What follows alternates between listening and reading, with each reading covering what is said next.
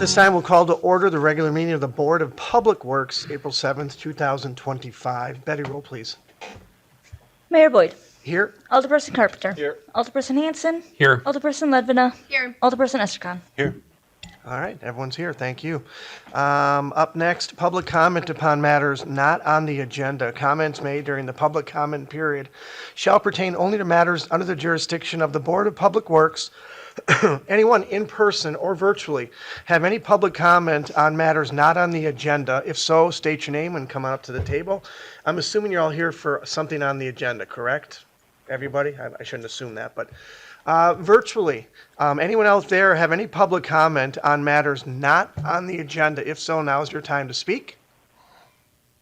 And for the third and final time, any public comment on matters not on the agenda, now is your time. All right, very good. Let's go to the items.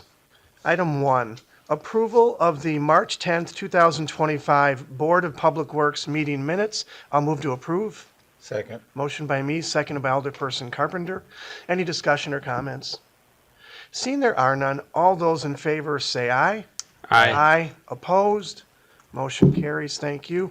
Item 2, consideration and possible action on preliminary resolution for special assessments for storm, sewer main, and/or laterals. Chase.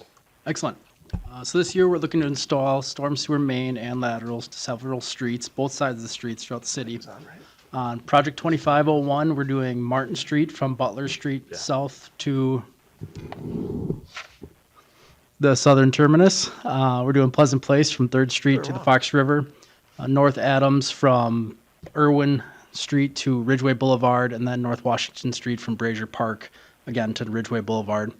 Project 2502, we're doing street reconstruction, and that would include Oakdale Avenue from South or North Broadway Street to Glenwood Avenue, Talbot Avenue from Ridgeway Boulevard to Glenwood Avenue, and then Oakdale Avenue from Ridgeway Boulevard to the northern terminus north of Oakdale Avenue. On these streets, we listed Section 26 of our municipal code on why and when we install storm sewer laterals and storm sewer. Project 2502, being it's a reconstruct, it's automatically required for storm sewer lateral construction to the property line, as well as the extension to storm sewer to these properties that don't currently have service at this time. Project 2501, it's kind of broken half and half. Martin Street and Pleasant Place, due to the nature of the utility relay and then the fact that we're pulling out all the curb and gutter as part of our road reconstruction or utility relay and street resurfacing project, we're essentially reconstructing the road by replacing all the curb and gutter at that time. These properties then are automatically put into that section of the code where they're required to have storm sewer laterals and main installed. North Adams and North Washington Street, these are more traditional utility relays. We're just doing spot curb and gutter repairs. When we're done with the project, it's not going to be a fully reconstructed road. So that we trigger then the ordinance where we're seeing drainage complaints. We're receiving drainage complaints. We're seeing drainage issues out on that road. This coupled with our active inflow and infiltration program where we're installing sump pumps to eliminate foundation drains and getting rid of that inflow and infiltration of groundwater into our sanitary sewer system. It's more prevalent than ever to install these storm sewer laterals to the property line to give homeowners the chance to then discharge sump pumps or roof drains to the streets away from their property instead of creating drainage issues that we're starting to see in the springtime. Moving forward in the agenda, we list the costs this year for the storm sewer assessment for residential properties that just get storm sewer laterals. The cost is $2,100.80. If we have to extend a storm sewer main to service that parcel, it's then another $604.80.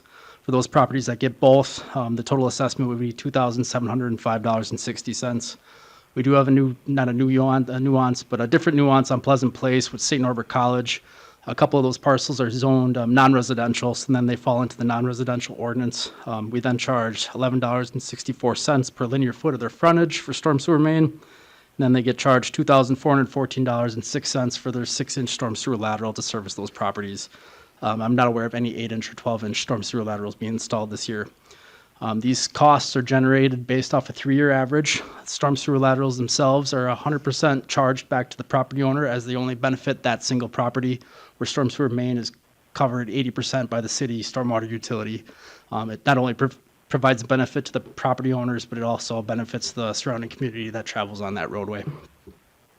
Continuing in the memo, we list the dates that we've notified property owners of the upcoming work and then the assessments. The Randall Avenue area with Oakdale and Talbot, they've been notified dating back to 2018 when we originally proposed this job. Other projects like Pleasant Place and Martin Street were included in last year's 2401 and then had to be dropped due to lack of budget.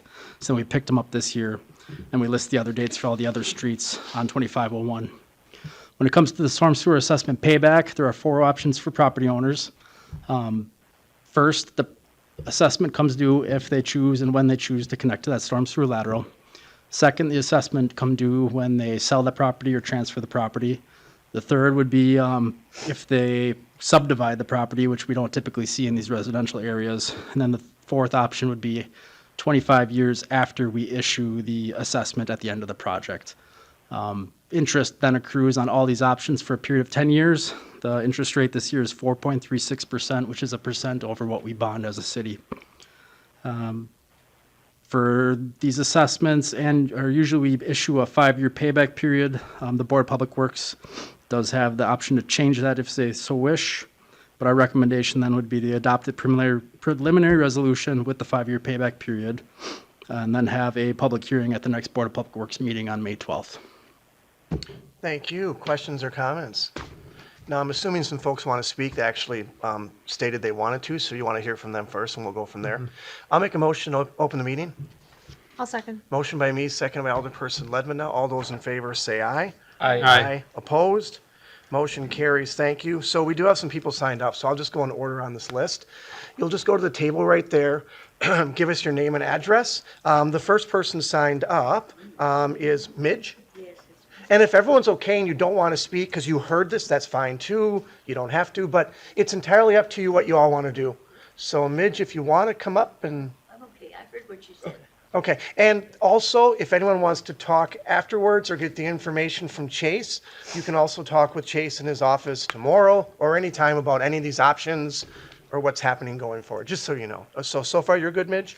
And you may change your mind after a while. Larry? No, I'd like to talk.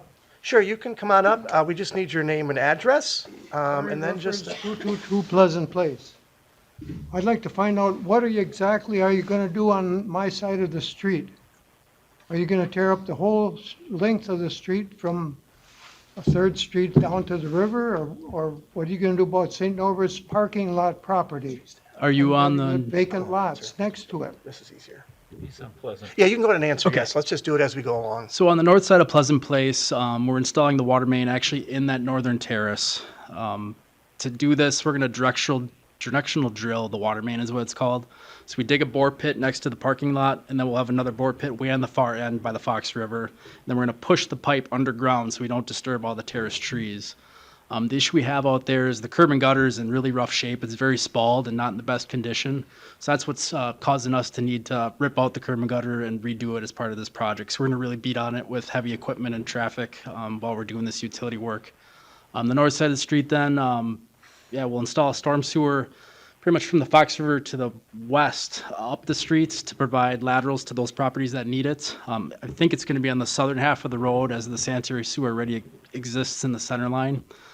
So if you look at the street, you'll have this water main on the north, sanitary sewer on the center, storm sewer on the southern half. Each of these sewers then has a line that runs to your property. So there'll be one trench typically for the water in the sanitary sewer, and then another trench for the storm sewer, and you get to pick where that lateral goes to benefit you.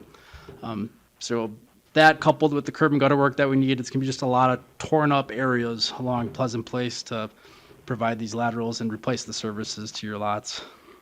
Well, St. Norbert's put up berms for noise abatement and stuff at the end of would be the west end of the property. Okay. And they had bushes and brush, and what, are you going to tear that all out? And Our work is primarily in the public right of way. We're not looking to go back onto private property, and we wouldn't really have the right without. where are you going to put that storm cement sewer, or whatever, the drain? So the lateral itself, we stub to the property line, the right of way line, so backside of the sidewalk typically, and we'll bury that about 3.5, 4 feet deep, and it's there then for future connection. It's then up to the property owner to make the connection from your home to that buried line on your side of the property line. We then don't charge Put in permits. a container and then let us pay for installing from our house to Correct. The improvement on the private property would be that of the homeowners to absorb.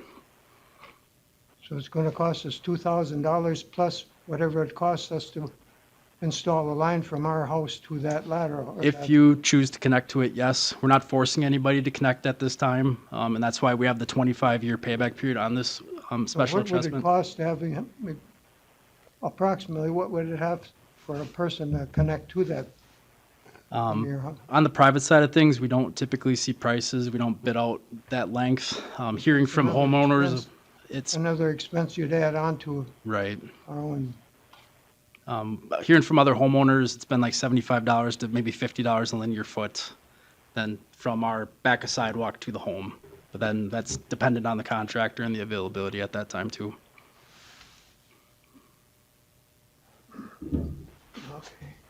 Thank you. And if you have other questions, you can obviously come up again. I have Nancy written down. Would Nancy like to come up? Yep. From Trailside, correct? Yes. All right. Come on up. Just need your name and address, please. Nancy Sinnen, 2129 Trailside Lane. Go ahead. Thanks. The quality of my water is why I'm here. Okay. My humidifier, this is what it looks like. This is what's coming out of my humidifier when I add it in my bedroom. The black on the. Yeah, I think I really apologize to you, but as we look at this, we're just talking about the storm lateral and then the assessments. None So this of would be a this. whole different conversation. But what I suggest you might want to do, excuse me, is connect with Chase, and he's going to give you his card right now Okay. regarding that issue you have. I didn't understand that. I thought this. No worries, that's fine. Something. So that's something you want to connect with him, so that would be totally unrelated, so we cannot deal with that right now, because that's not what's on the agenda. Okay, Sorry. I'll know for next time. Hey, no worries. Yeah, call him though, if you have concerns. I'll- Or an email, whatever works. Or email, whatever works for Okay. you. Okay. All right, thank you very much. Up next, we have Craig. Again, full name and address, please. Hi, Craig Rosner, 217 Pleasant Place. This is in regards to the 25-1. So in 24-1, as Chase recommends, we had no storm sewer laterals in that for last year. They did not have that as part of the thing whatsoever. It was going to cost us $0 to have this work done. Then there's no money, it gets canceled, pushed back to this year, and also now we got to pay $2,700 for a 100-year-old neighborhood that has no drainage issues whatsoever.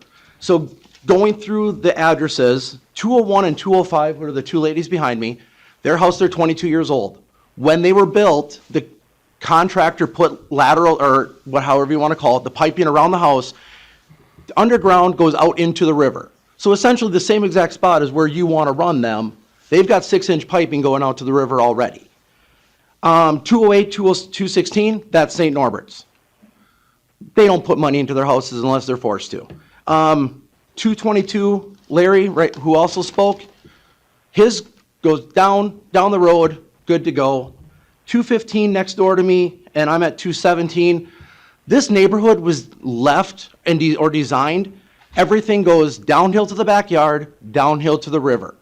And like I said, I've been here for almost 25 years. I said this to you at the meeting. I've never once have I ever thought I would like to hook up to the city if I had the ability, because it wouldn't spend the money.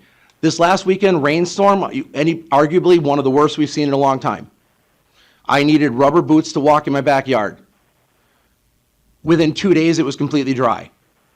Why? Because everything drains downhill and out to the river. So like I said, last year, no cost to us whatsoever, then all of a sudden this year, it magically shows up. I'm asking the board to reconsider the whole storm sewer lateral for our street, because in reality, we don't need it. My sump pump goes out the back. I am not gonna pay money to trench it all the way around. Like I said, when in 2 yards, after how many inches of rain we had, Chase can answer it. after 2 days, my yard was bone dry to walk on. It just, I think it's, when does it stop for money-wise? Taxes were up 17% this year for how many of us? This is a kitchen remodel, cabinets, kids in college, how much other stuff? And then to tell me, oh, you can pay 5% interest on it, I'm sorry, it's absurd. There is no reason for these laterals to be going on our street. It's not new construction, this wasn't built over a swamp or the underground river. There's really no reason for it, and I'm asking the board to reconsider this. Chase, do you want to address that? The change in assessment from last year to this year. Take that first. So when we went through and we preliminary designed this project last year, we weren't looking at full curb and gutter replacement. Now that we've gotten to the point where we're doing full curb and gutter along the whole perimeter of Pleasant Place, that's what triggers it to go in the reconstruction portion of our ordinance, and then they're automatically required to have laterals per our ordinance. Okay, how about the flow to the river? I would agree. Everything is flowing downhill down Pleasant Place. Currently, there's a single inlet at what would be the head of the bulb, I would say, and that pipe then discharges directly to the river. The two properties on the south side of the road toward the river, they do have their own system. I would imagine that discharges directly to the river as well. It's quite a steep slope, so it's not hard for them to get the water away from their property. As part of our reconstruction of the street, we are extending a storm sewer on that southern quarter, like I said, just to reach those properties that currently aren't serviced, even though they are draining across their neighbors' properties, and then providing laterals to the property line. The trouble is there is drainage that is going across people's properties. There isn't necessarily a drainage easement. That'd be the only thing to consider. And the pay for those properties again won't be unless they decide to hook up, correct? The assessment's always there, but yes, Yes. it wouldn't come due until they chose to hook up or sell the property. But as far as a benefit for the residents moving forward, whoever else could be there, this would be a huge benefit. It eliminates drainage issues. You can connect downspouts, sump pumps. There is a benefit to it. And we have a statement as such from our building inspector as well. Okay. Scott? And if I could just add, Chase touched on it earlier, a lot of these places and older homes and stuff like that, they're not sure, if there's foundation drains or anything, creating and causing issues with I&I.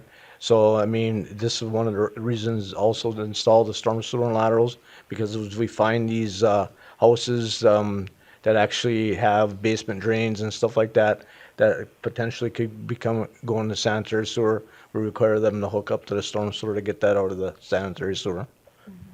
Thank you. Chase, anything else to add?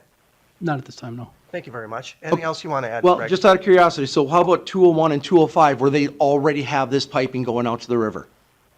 Why should they have to pay that money when it's already done? It's going 30 feet from where you're going to send it, or maybe 50 feet, sorry. But it's redundancy.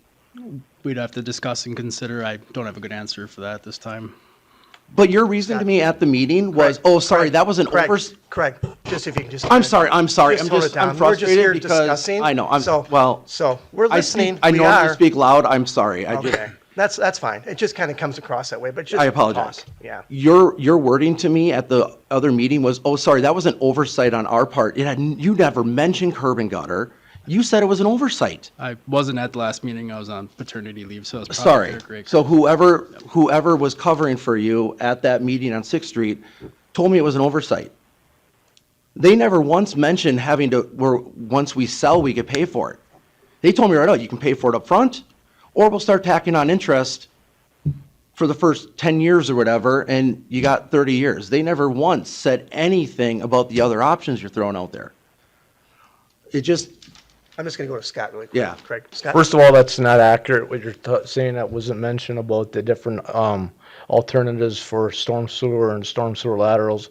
I do attend these meetings. I was at that meeting. In fact, one of the conversation was when somebody needs to connect, the director of public works, or there's drainage issues, can force them to connect. The other thing is, we also said at that meeting, talking about storm sewer and storm sewer laterals, if you felt you already had a storm sewer lateral, it's already connected to his existing city storm sewer system, that to talk to staff and, we could evaluate it, and that assessment would not be necessarily assessed. If you have a private storm sewer that goes across other people's properties, we don't consider that as part of the storm sewer system. We have private backyard drainage systems all over the city, that we don't know how they got there, how they were constructed, that sort of thing. So unless you're adjacent to the river, that might be a different thing. But if you're not adjacent to the river, They're private laterals that should be tied into our storm sewer system and not run through the backyards and into the river. So if you are adjacent to the river, you're draining to them. That's one thing that staff could evaluate. But if you're on a private system that drains somehow through the backyards we're not aware of, that issue is you'll be required to eventually connect to the storm sewer system. And this would be a preliminary resolution, so then if we decide to go ahead with this, we'd have the public hearing, hopefully during that time, and is it the next council meeting that we would? It'd be the next Board of Public Works. So that's a month from now. Then what you do after that, once we have this more discussion and more dialogue, you should connect with them and then talk with them and then have them come out and they can check it out. Like I said, I'm just laying it out there for where the Absolutely. entire neighborhood stands on this. Absolutely. So that's why you're here and that's why you should connect with them and talk with them, so. And we have a whole month on this. The- Thank you. Up next, we have Pat.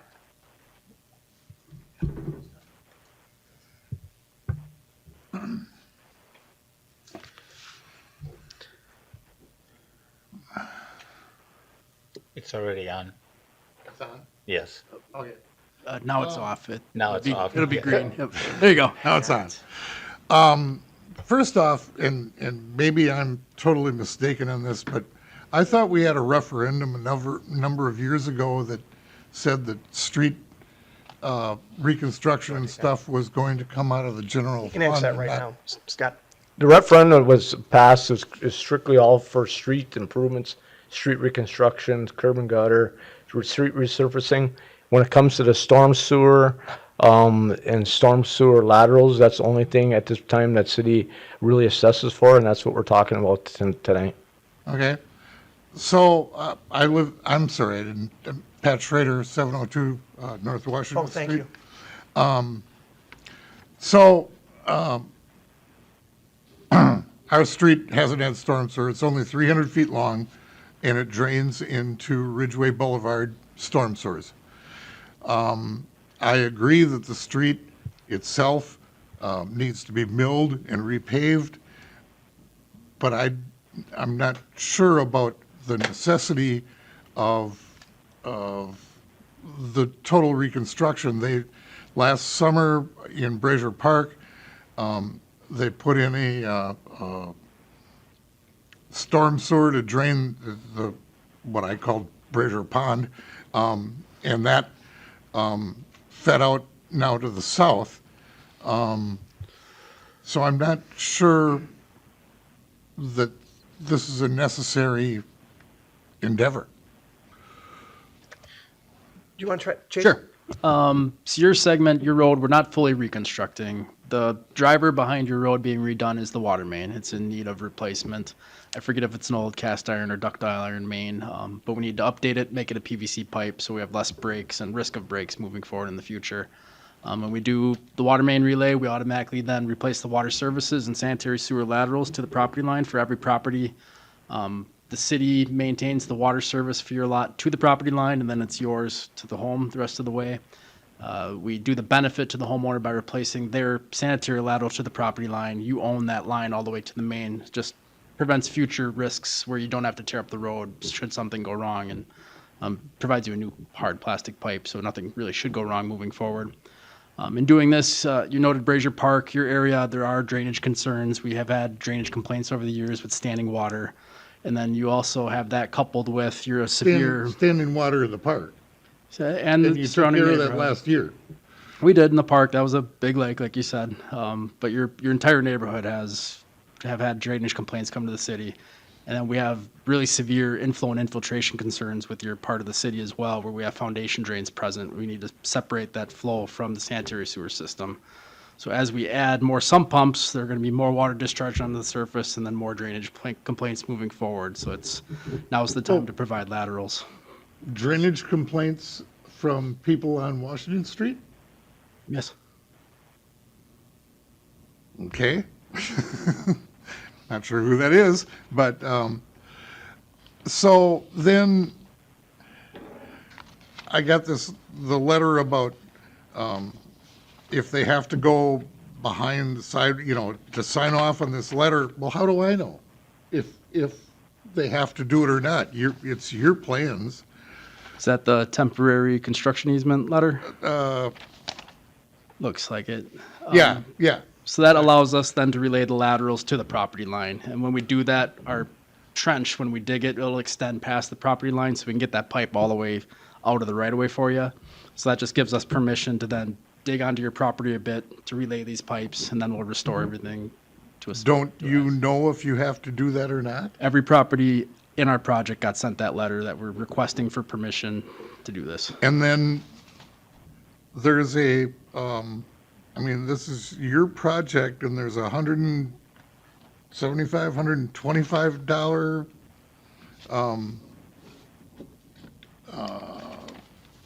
fee to access this?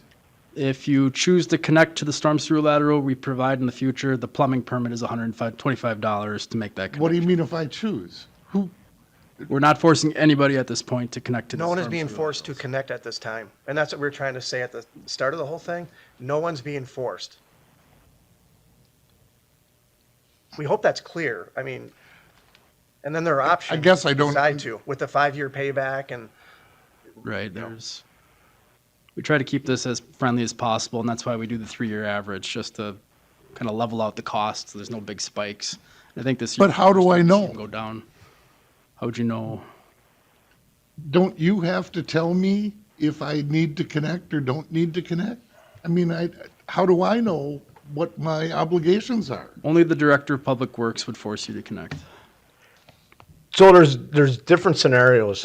There's some people, for example, say, the concerns we got in your neighborhood, they want to address their backyard drainage issues.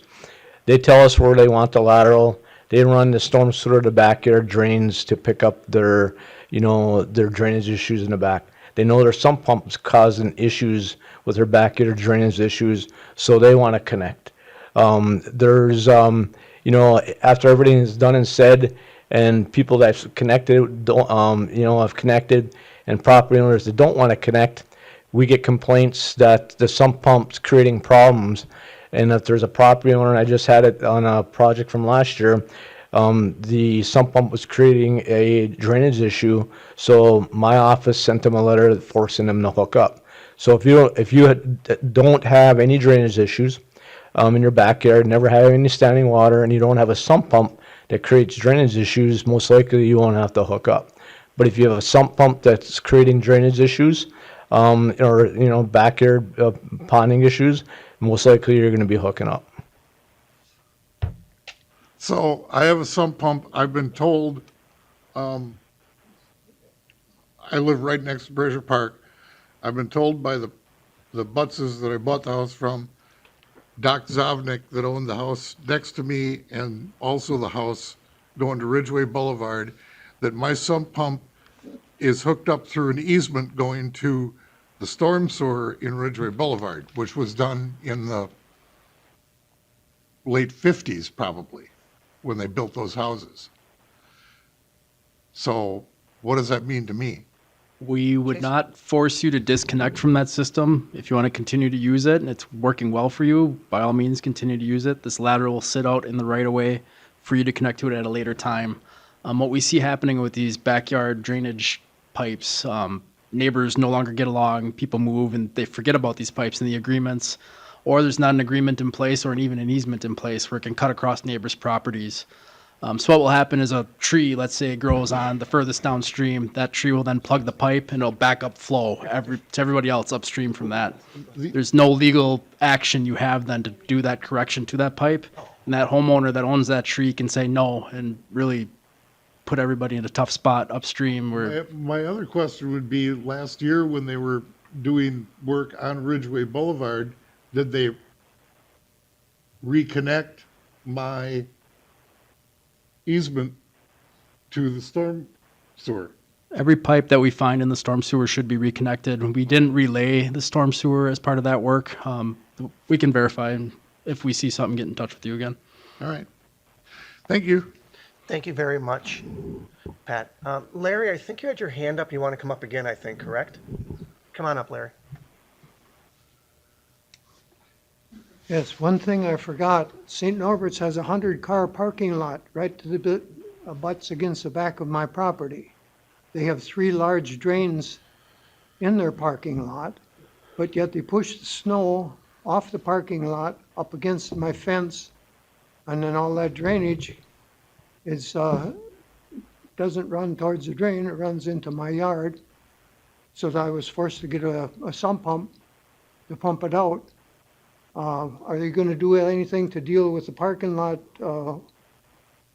water from St. Norbert's parking lot? At this time, no. That system in that private part of that parking lot would be a private system owned and maintained by St. Norbert's up until they enter our system on, I think it's Stewart Street, just to the north of you. The pushing of snow and ice, we can look into and maybe talk with building inspection staff to see what their thoughts are. And see Well, if we there's can no do other something. place to put it, so they can Right. get, I just wanted to bring that up. Thank you. 100-car parking lot, that's a pretty large area with a lot of draining. But they have sewer drains that will take it to the river, so. But Thank you, Larry. Now, while we're open, if someone else wants to speak, I see you're raising your hand in the back. You may do so, so please come on up, give us your name and address, and then we'll attempt to answer the best we can. Aaron Bly, 713 North Washington, right across from Pat. Just a couple questions. So the road and curb is in pretty rough shape. I think the plan is to resurface that. So the road, yes, will resurface when it's all said and done. Where we have trenches, we'll have new 4 inches of asphalt, and then the rest that we don't tear up as part of our utility work would have the top 2 inches stripped off and resurfaced. Do you have a time frame on that? And how long is that going to take? It's going to be earlier in the year. We just got our schedule from our contractor last week. I would imagine by midsummer, we'll probably be done. And then will we have restricted access to our driveways? So as And for how long? As project moves on, 99% of the time you should have full access to your property. The times you wouldn't have access are either when our equipment's right in front of your home, putting in that pipe as we work past your property, or if we're replacing the curb and gutter in your driveway, then you'll lose access, and we'll coordinate with the police department where you can then park on the street or on neighboring streets. You have to walk for that period of time. Other than that, you're on Washington, and it'll be tighter with equipment and trying to get in and out.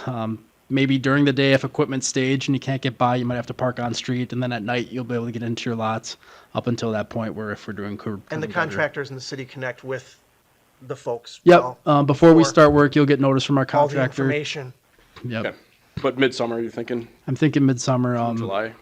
I forget their exact schedule, but they just started this project today, so we're already ripping on it. Okay. And then you're also doing the water line on the whole street. So water outage? Yep, you'll be notified of those 24 hours in advance. We'll do a door hanger on your door. We'll try knocking, talking to people if you're home. If nobody's home, then you just gotta look for it's a colored door hanger informing you of the upcoming outage the next day. Typically either 8 a.m. till 4 or 5 p.m. just to give our guys enough time to connect to the water main and shift things over. Most of the time we get that connection completed quicker than that, around noontime, but we give ourselves that time period just in case something is to go wrong. It's an old water main. They do tend to break on us. One year we had 7 breaks in like 2 weeks because it's just an old brittle main. Okay. And the last question is about the storm sewer. Our backyard is a swamp. I mean, we still kind of have standing water back there right now, but we're the low spot amongst the 6 other houses. So we'd like to connect our sump pump, but if all of our neighbors don't connect our sump pump, it's not going to do any good. So what do we do? You can extend that storm lateral all the way to the back of your lot if you want to put a yard drain and help collect it there if need be. Being And a low we're spot responsible for that, or? on your property, you'd be responsible for your own improvements. You can talk with building inspection staff to see if there's anything else you could do with the budding neighboring properties. But typically, that's just the way things are draining. When things were platted back in the day, they weren't as concerned about how back lot lines would drain. They just wanted to get homes built. So now we're kind of paying for those past sins and Scott trying might to be get able everything to add corrected. something too. Scott. So as I mentioned earlier, at least once, is that, for example, you have, a low yard, if it were me, I'd be running that, the storm sewer to collect that. But if there's sump pumps, your neighbors are creating drainage issues because of their sump pumps, then that's when I come in and require them to hook up. So if your next door neighbor is creating an issue in your backyard, then, I received a complaint, then a letter leaves from my office requiring them to hook up their sump pump to the storm lateral because of the drainage issues they're creating. And I'm not sure if it's truly due to their sump pumps or if it's just due to the drainage and just how everything is sloped. But there's definitely an issue, and I think I'd love to connect with you later on. Yeah, Maybe I putting got a card here when you're done a speaking. yard drain in or something to go back to the storm sewer, so. And we'd recommend you start with building inspection staff. If it gets to that point where we need to order something, then they'll get in touch with Scott and he'd make those final orders. Scott? And just to add, sounds like you're kind of looking at it already. Jason mentioned earlier, work with our team to kind of determine where you want your lateral, potentially to serve, your backyard or your sump pump, so staff will strategically locate it to, give it the most benefit to extend it to the back where you need to address your issues if you choose so. Okay. Thank you. Thank you. Sorry, anyone else while the hearing's open? While we're open, want to speak at this time? Anyone else want to speak? Everyone all good? All right, at this time, I'll make a motion to go back to regular session. Second. Motion by me, seconded by Alderperson Carpenter. All those in favor say aye. Aye. Aye. Opposed? Motion carries. Thank you. Additional questions or comments? Alderperson Carpenter. Yes, would you be able to put up Pleasant Place on dime and that I can look at it? Sure.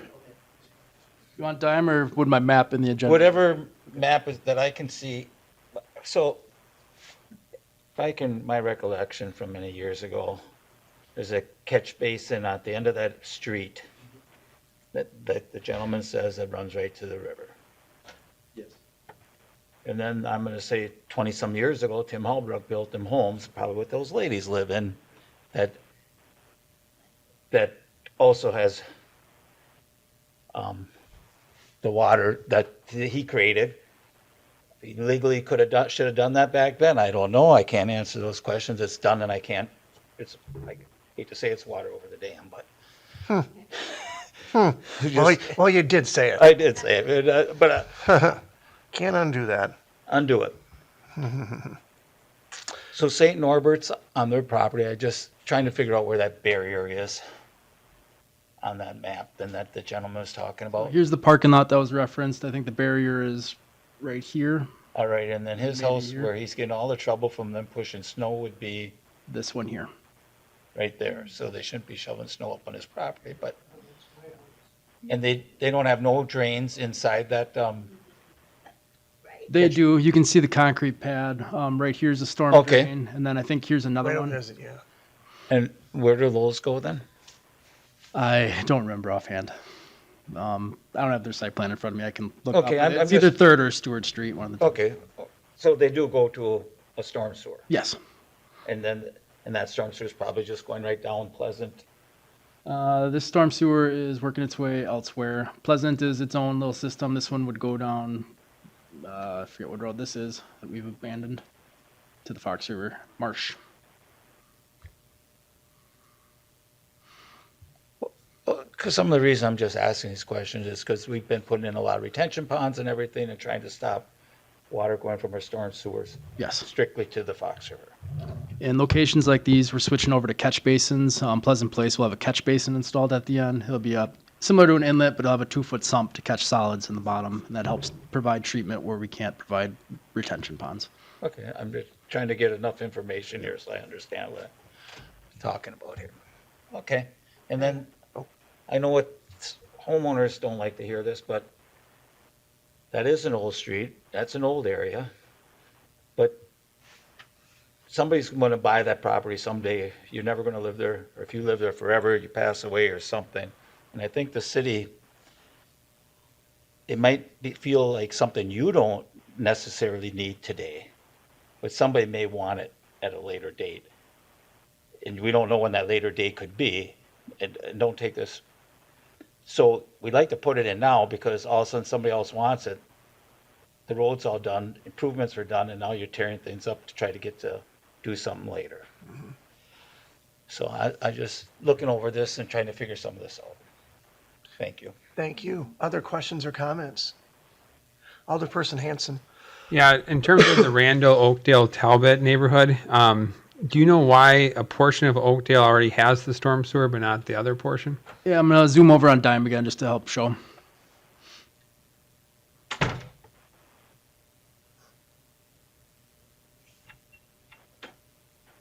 So portion of Oakdale going north, it's, when it was constructed, it probably wasn't in dire need of storm sewer. We already have the sewer on Randall that connects and collects water from that intersection. Water on Oakdale is going to be draining one way or the other, be it north or south. If it's going south, we're collecting it at Randall. If it's going north, it's just going into that depression in that Wooden Abbey parcel, where we hope to build a future pond for stormwater treatment. So there wasn't always the necessity there on our project. There may be a portion of our storm sewer that's only 8 inches in diameter. It's not meant to convey inlet amount of water, but it's meant to collect those that we're seeing coming from sump pumps. So we're extending the sewer, but it's not going to be large diameter sewer to collect a lot of water off the roadway because it's already being collected at other points. All good. Other questions or comments?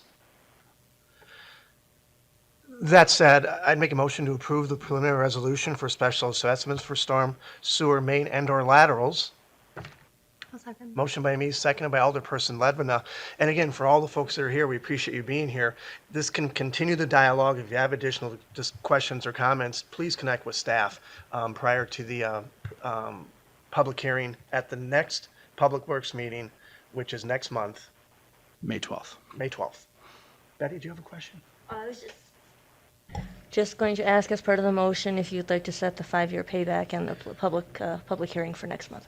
Yes, and also schedule the public hearing for next month, and everything in the resolution that we saw regarding the payback and all the options everyone has to put it off in the future, et cetera, to continue. And the second are the same thing, correct? Yes, we want the 5-year payback and do it when you have to do it, or you want to do it, all that kind of stuff we have in the resolution.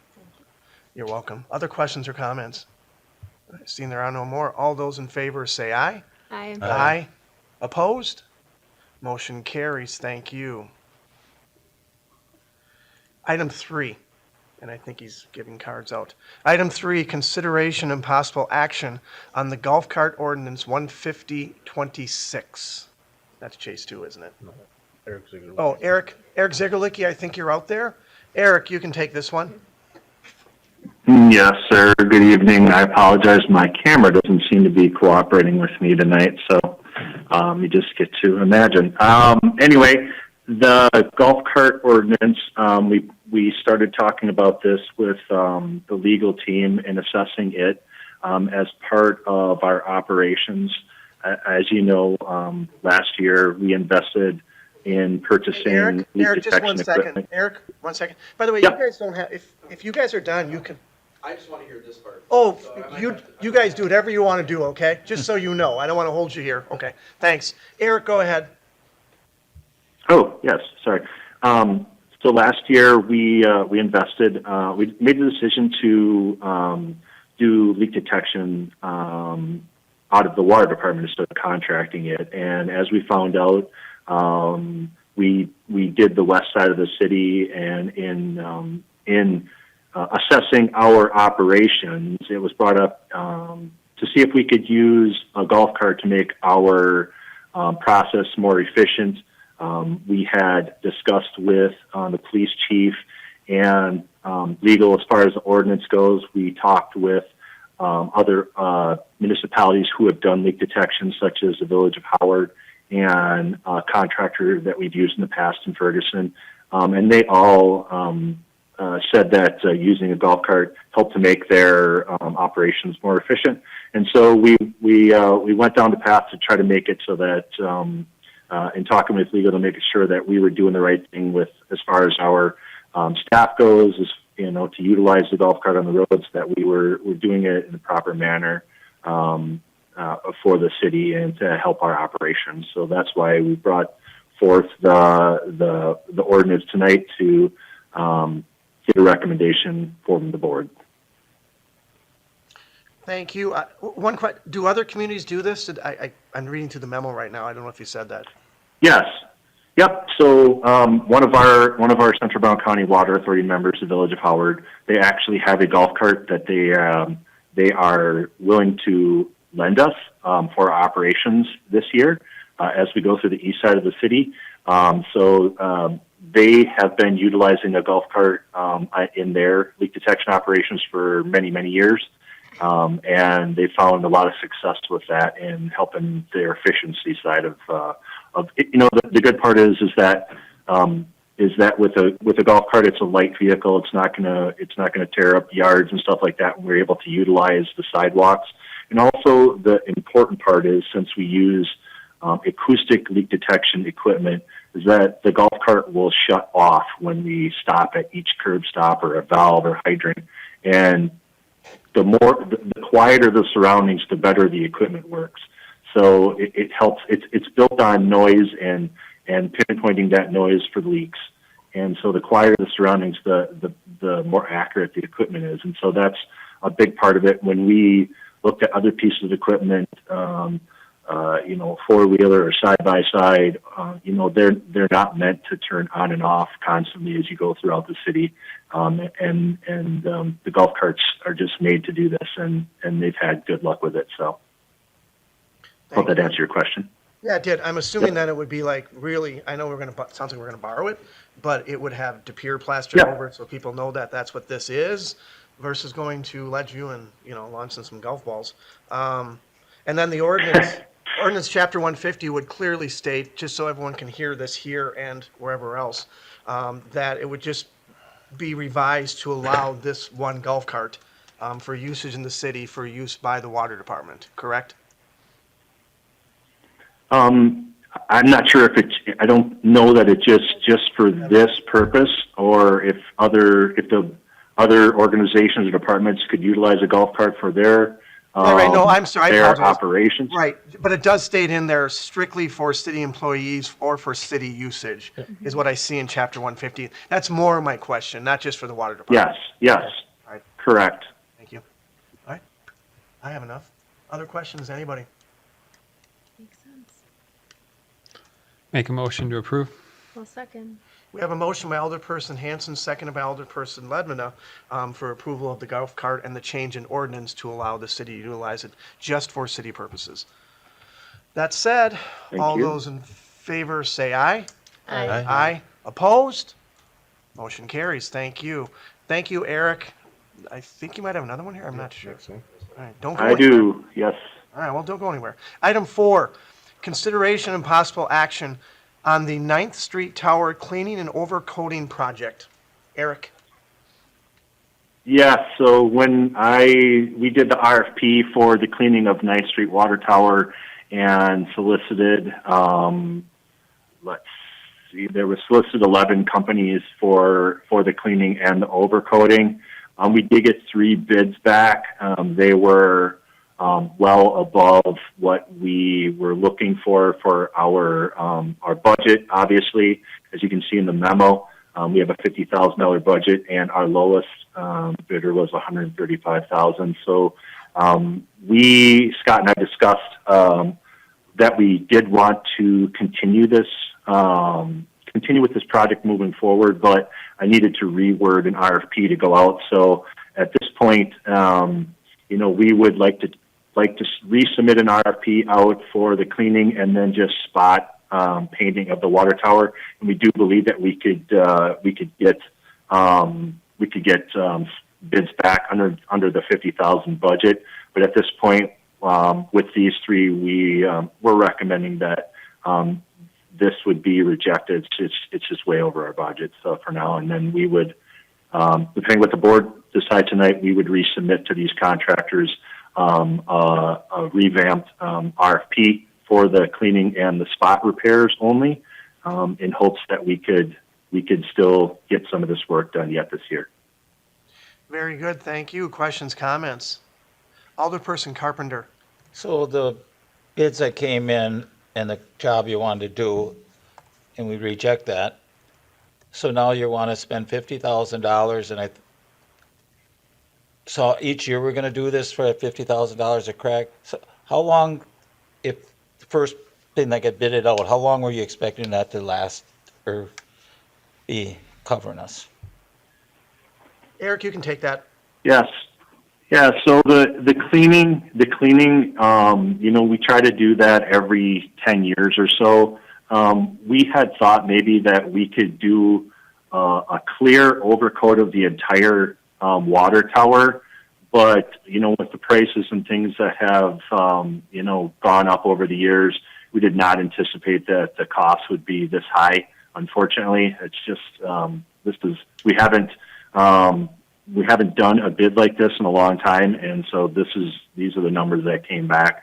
So we have done spot repairs on and touch-ups on other towers. I believe Matthew Tower was the last one that was done back in 2019, I believe, and that one is still in really good shape. And so we can expect, as we do these every 10 years until we have to repaint, if we get a really, really good paint job like we have on these towers, they should last, 20, 25 years without having to repaint and keeping going back and retouching them up. Yes, Hope that answers it, Dan. yeah, I mean, yes, those paint jobs on them towers, when they're put on there, should be 25 or 30-year paint job because of Correct. the type of paint Yep. they put on them. So it's just, my question is, I know the price guy, are we doing just something minimal and then just going to keep going back at it every year? And that's what I was just trying to get to. I'm just asking because So I'm gonna jump in on this one. So when our last RFPs for the reservoirs are concrete, you don't do a spot repair. When we took the proposal and put it out, it's basically a clean and overcoat. So the last time we did spot cleaning, I should say a wash and spot repair would have been actually Matthews Tower. And we actually, in those proposals, we put the square foot we're estimating, because really what we're trying to do, the main thing we're trying to accomplish is pressure washing the towers, because a lot of times you get the milled and build up underneath the tower, so you want to clean that off to help preserve the paint. And then sometimes you get a little bit of paint that peels off, and that's where the touch-up is in those certain areas. We have done one on Merrill Tower since I've been here, and that was just really to clean it. And there's, again, I think that's a similar structure as 9th Street, but we had about a 250, 300 square foot touch-up there. But that tower, like I said, it was painted in 2003. I think we did that about 15 years later, or roughly, to do a power wash and spot repair. And we're hoping with, again, like Eric had mentioned on 9th Street, is primarily we're trying to power wash it. And as you power wash it, you're going to get some minor repairs, and that's what the proposal should be. We're quite confident we'll probably be within that budget of 50,000 to address it. And then typically, we kind of monitor the towers. And, like you had mentioned earlier, Alderperson Carpenter, you hope to get roughly 25 years of life out of that tower. Merrill right now is 2003. We're scheduling for about a 2028, so they're about at the 25-year. We're looking at repainting that. So, and the reason I just bring this up, I mean, the lowest bid was 135,000. If we reject this bid and go with the 50,000, are you better off just rejecting the bid and forget the tower this year, and you put it back in your budget next year, and you know more where the price is, and come back with I'm just trying to figure out what's is the best advantage for the water tank itself and everything. That's my point I'm trying to get to. the primary thing for the work is really to power wash the tower and getting all the, grime, mildew, everything off the tower. So that's what the bulk of the work is. So we want to do that regardless. I mean, we come back, we can delay it a year, and I'm still, the budget-wise is still going to be roughly the same amount of money, because that really is, the only painting is just to repair the work. So we're not getting, by delaying it, and having a bigger budget doesn't do anything, because the intent, is Eric indicated earlier, the RP is going to pretty much basically look for a spot repair of the paint, if there's any need be.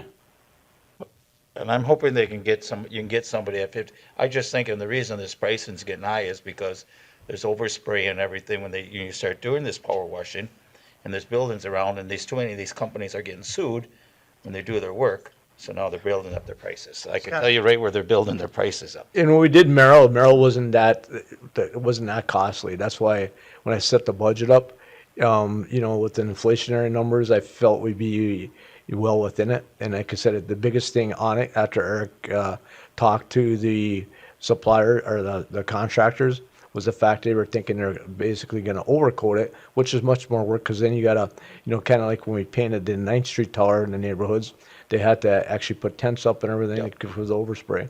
So, and typically when they do the power wash, all it is a kind of a, you know, high pressure water with chlorine on it, and, you know, it just drips down. It's really, that's not the issue as much as the overspray of paint. Right, and that's what I'm just saying. I know there's some areas that they've been having troubles lately in getting on other buildings when they've been doing tanks in this area. You are correct. All right, thank you. Thank you. Other questions or comments? Or Alderperson Hanson? Several of the companies that we solicited the bids from were outside the state of Wisconsin. Is that just the full extent of what's available who can do this type of work? Yeah, it's pretty limited when you're talking about, you know, getting up on a tower. You know, as with anything, the expertise, there's a lot of expertise and professionalism that goes into getting up in a tower and being able to clean and paint these water towers safely. So, you know, there's just not a lot of companies that do it, for one. And then, you know, with the limited amount of companies that do this kind of work, you know, you just kind of solicit that, the number that you can and hope that you get some back because everybody's trying to get them to do the work. So that may be another reason why costs have gone up too as well. So. Thank you. Other questions or comments? I'll make a motion to reject the bid as staff recommends. I'll second. Do we need as part of the motion to the redrafting portion, or is that just completely separate? That's separate. We're just rejecting? Just rejecting the bids. All right. We have a motion and a second to reject the bid. Discussion or comments regarding the motion? Seeing there is none, all those in favor say aye. Aye. Aye. Opposed? Motion carries. Thank you. Item 5, consideration and possible action on requested repairs to Rockland Road. Chase. All right, Alderperson Hanson issued a C-click fix complaint about Yes, I did. Rockland Road. We attached a So that's photo. it then, right? We're done? Yeah. Thank you. Okay. We attached an image of what it looks like currently. We got quite a bit of alligator cracking, and those chunks of alligator cracking are starting to come out now where we're getting to the point where we have potholes on Rockland Road. A little history on Rockland Road. We last resurfaced it in 2017. Prior to that, it was a gravel road, and looking back through our aerial photography, it was a gravel road predating our aerial photography in 1938. No properties use this section of Rockland Road between Old Plank Road and State Highway 3257 for access.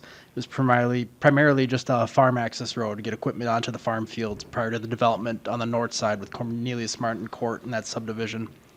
Once we had the development go in, we started to get complaints about the condition of the gravel road, the rough ride, and the ruts in the spring when the thaw comes out and we get potholes.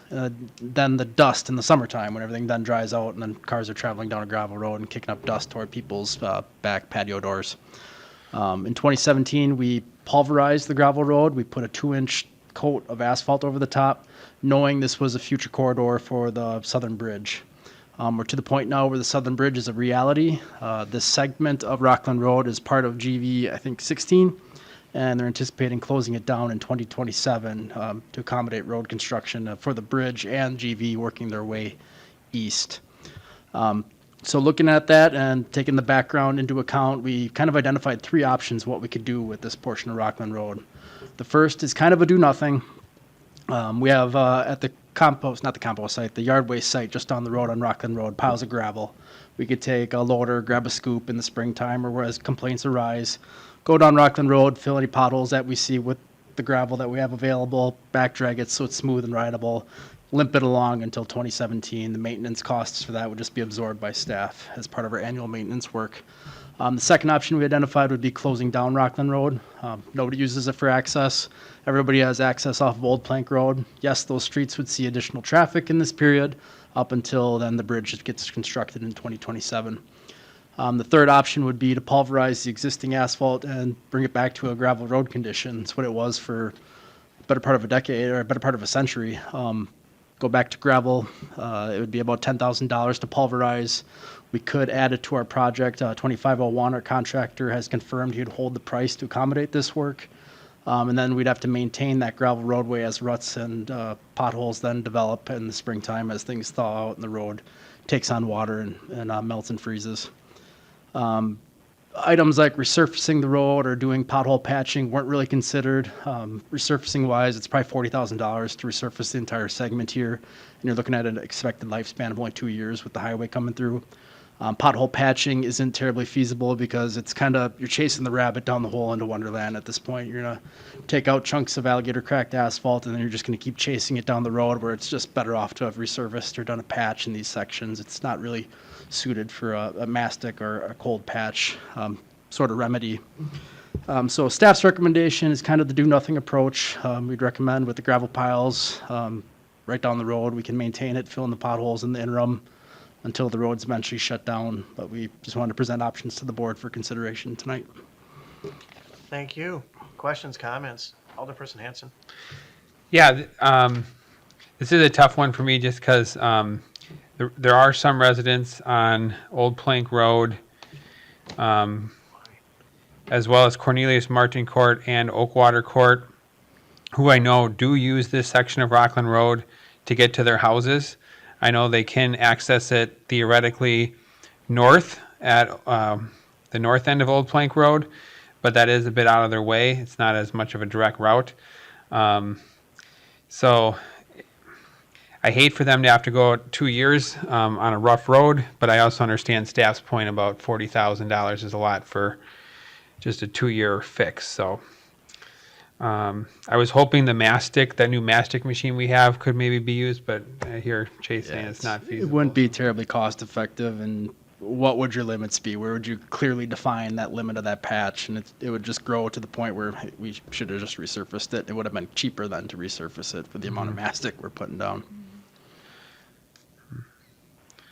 I mean, the alligator issue is really kind of in a specific spot, but I guess, I mean, it is the whole road as well as kind of rough, but so it's that, like the area where it is at its worst, we wouldn't be able to just isolate that, huh? It wouldn't be terribly cost effective. Even a patch in that area is going to be almost the cost as it would be to pulverize it. The main driver of why it's failing so fast is the heavy farm equipment that's going on it.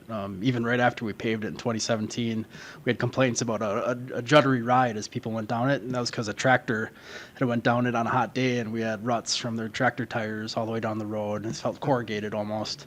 So it's taking a beating. There's heavy equipment that goes up down it on an annual basis. It's not your typical residential traffic that we're seeing. If that was the case, we probably would have made it a little bit longer with it.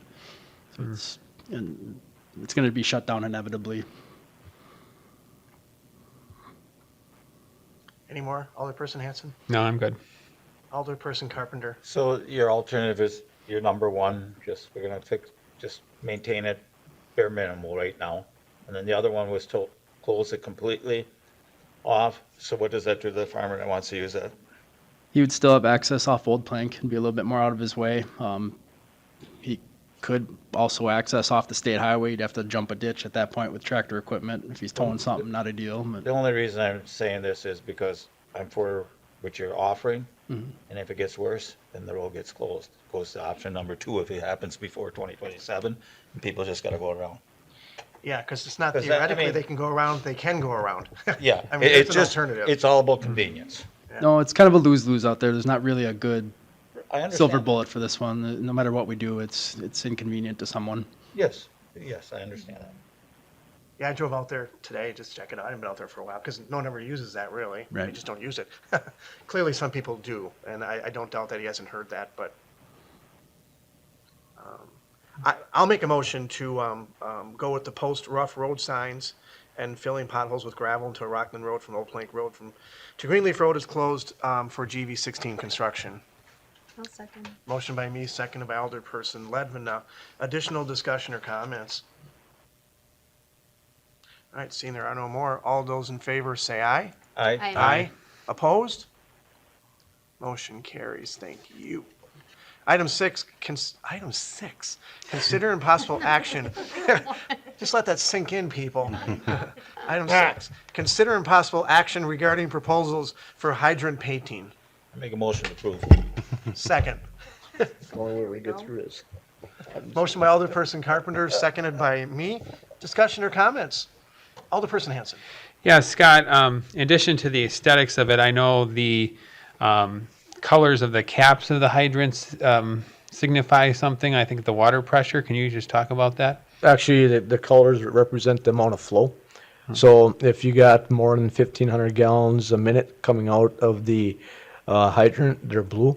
And actually, the candy cane, we call it, or the hydrant marker on it, will be coordinated with blue. When you actually get between 1,000 and 1,499 gallons a minute, they're green. When you get to from 500 to 999, they're orange, and if you're under 500, they're red. The red hydrants, I don't believe we have any anymore. But really the intent for that, at least the fire department knows when they're pulling up to a fire, if they got a poor hydrant where they can't pull a lot of flow, they'll know the flow. But typically majority of our hydrants will have the blue caps on because they exceed 1,500 gallons a minute. Interesting. I think we did a social media post on that once, didn't we? I thought we had something. Yeah, that's interesting. You're gonna, Alderperson Carpenter. you're gonna be getting rid of your last red hydrant. What's You're gonna that? get rid of your last red hydrant this year. I believe in the area. Is that right? Yes, on Martin That should be Street. something- that should On be Martin something Street. That Let's should give be it to something. Dan. That should On be Martin something Street, special, on Martin man. Street, that's gonna be Oh. gone, that very end hydrant. He should be involved in that Yeah. decommissioning or whatever you call that. Maybe we happens. can- I Yeah, don't the know. blessing, yeah. Yeah, right. Isn't that kind of, that's what it is, right? Yeah, that's Exciting. that end hydrant. We can just powder coat you some caps, and you can have some red caps if you want. No, I'm just gonna say the hydrant. That's a keeper, Alderperson Carpenter. There you go. We already have a motion in a second, do we Yes, not? we do. Yes. Any additional discussion or comments? Seeing there are no more, all those in favor say aye. Aye. Opposed? Motion carries. Thank you. Item 7, consideration and possible action on award of contract 2502, Northeast Street Reconstruction and Utility Relay. Chase. Okay, this is the reconstruction of Randall Avenue, Oakdale Avenue, and Talbot Avenue, as we discussed with our storm sewer assessments. And the alley in my district. And the alley, yes, there's an alley included with this. The big hitters are the avenues up on the northeast quadrant. We received 4 bids. Low bid was from Crew Check Construction Incorporated at $1,565,565. We've worked with Crew Check for the past few years with utility relay and resurfacing jobs. We have a pretty good rapport with them. Funding for this job is at $2 million and $2,016,000. Most of it coming from the general obligation debt. And then our utility funds providing money for sanitary sewer, water, and storm sewer. Our recommendation would be to accept the bid from Crew Check Construction at that $1,565,565 amount. Very good, thank you. I'll make a motion to approve the bid award to Kuchek? Never say it right. Construction. Second. Motion by me, seconded by Alderperson Carpenter. Discussion or comments on item 7? Seeing there are none, all those in favor say aye. Aye. Opposed? Motion carries. Thank you. Item 8, consideration and possible action on award of contract 2505, Sidewalk and Curb Repairs. Chase. So this is our annual sidewalk repair program. The last 2 years have been Highway Landscapers as well. This year we received 2 bids, Highway Landscapers and Al Dix. Highway came in low, it was pretty tight this year at $474,280. Wow. Most of the money for this project is coming from special charges for the repairs. The total budget amount from a capital improvement fund is $550,000, and then we have additional amounts coming from our general obligation debt and the Parks Department for repairs along the seawall at Voyager Park. So our recommendation would be to accept the bid from Highway Landscapers Incorporated in the amount of $474,000, $474 and $280. Yeah, said that wrong. I think you got it. Yeah. We'll get there. It's getting late. Move to approve. Second. Motion by Alderperson Hanson, seconded by Alderperson Carpenter. It sounds like Highway Landscapers did a pretty good job last year. Yeah, they've been doing That's the really city well, side. and they're Yeah. very good to work with. So Yeah, best I could tell. Yeah, they're in our neighborhood. All right, that said, all those in favor say aye. Aye. Opposed? Motion carries. Thank you. What am I on? 9. Consideration and possible action on special charge rates for 2025 sidewalk repair orders and gap sidewalk orders. Chase. So we've entered the sidewalk discussion portion of tonight's broadcast. This item is to establish the special charge rate for sidewalk repairs and then new installation orders throughout the city. As part of our sidewalk repair program, we do 1/8 of the city every year. This year's portion of the city is north of Grant Street and west of the Canadian National Railroad tracks. Our replacement costs are primarily driven by the cost of concrete as they come in under our bids on project 2505. And that's about 3/4 of the cost itself for the special charge. This year, the estimated costs did increase another 30% than what we've seen in previous years. We tried to denote when we have big jumps like this. We've seen similar large jumps in 2019, 2023, and then again in 2024. So our estimated costs this year for providing 4-inch sidewalk is $14.72 a square foot. Providing 6-inch sidewalk is $16.13 a square foot. And then to replace a 4-inch sidewalk, it's $17.41 a square foot. And to replace 6-inch sidewalks, it's $18.67 a square foot. And a lot of these, they're jumping by $3 and some change a square foot. And you can see the trend over the past few years as included with the memo. In past years, for those special charges that exceed $1,000, the board has approved a 5-year payback for these parcels. That payback would have to go through Common Council for final approval. There are 67 properties this year that have that special charge that's estimated to exceed $1,000. The remainder of the parcels, there's 82 that would be under that. So we're getting to a point where we're approaching the majority of the special charges on an annual basis are getting to that $1,000 range or above. So our recommendation then would be approve the sidewalk installation and replacement rates for 2025 with the 5-year payback period for those special charges exceeding $1,000 at the rates I listed for sidewalk replacement and new sidewalk installation. One thing to consider for the board is moving forward in future years, do we want to consider changing the limits or maybe changing the payback period for those special charges that are getting up there in cost? With more charges reaching the $1,000 threshold, do we want to increase that to $1,500 or $2,000 for a 5-year payback? Or do we want to extend those payback periods? Because it's getting to a point where almost everybody in this program is nearing that range. When would we do that? Could that be part of the motion, or is that a different It could conversation? be for discussion tonight or just something to consider moving forward in future years because the trend is getting more and more expensive. I think we should consider that, and I don't know if we want to have it as a discussion item for the next meeting or just go this year. I'm open to anyone's suggestions here. Alderperson Carpenter. So how many people are utilizing the 5-year payback? I will open it up to Betty Maravich. Ha. Yeah, Well, it's a good question because, you know what I mean, yeah, so we kind of know, I mean, when you have all this list, it's not as many as we think, then yeah, we should raise it then. Go ahead. I'm trying to think. Sorry. So I know from last year's sidewalk program, I have one individual that is making monthly, like $150 payments, because once the sidewalk invoices that went out last year, they're not technically due or going on taxes or having any real implications until the end of October this year. So from their point of view, they're like, I have a whole year almost to pay it. And so a lot of people have either paid it all or, as that individual is doing, is paying in smaller chunks that is more manageable for them. The problem with that question for me is that contrary to special assessments, we don't ask sidewalk people to let us know if they're going to take advantage of it. If they just don't pay, they go on it automatically. So I think we had a much smaller number of people that actually got over $1,000 last year compared to what we presented. I want to say there were 10 or 12 maybe that actually had charges over $1,000.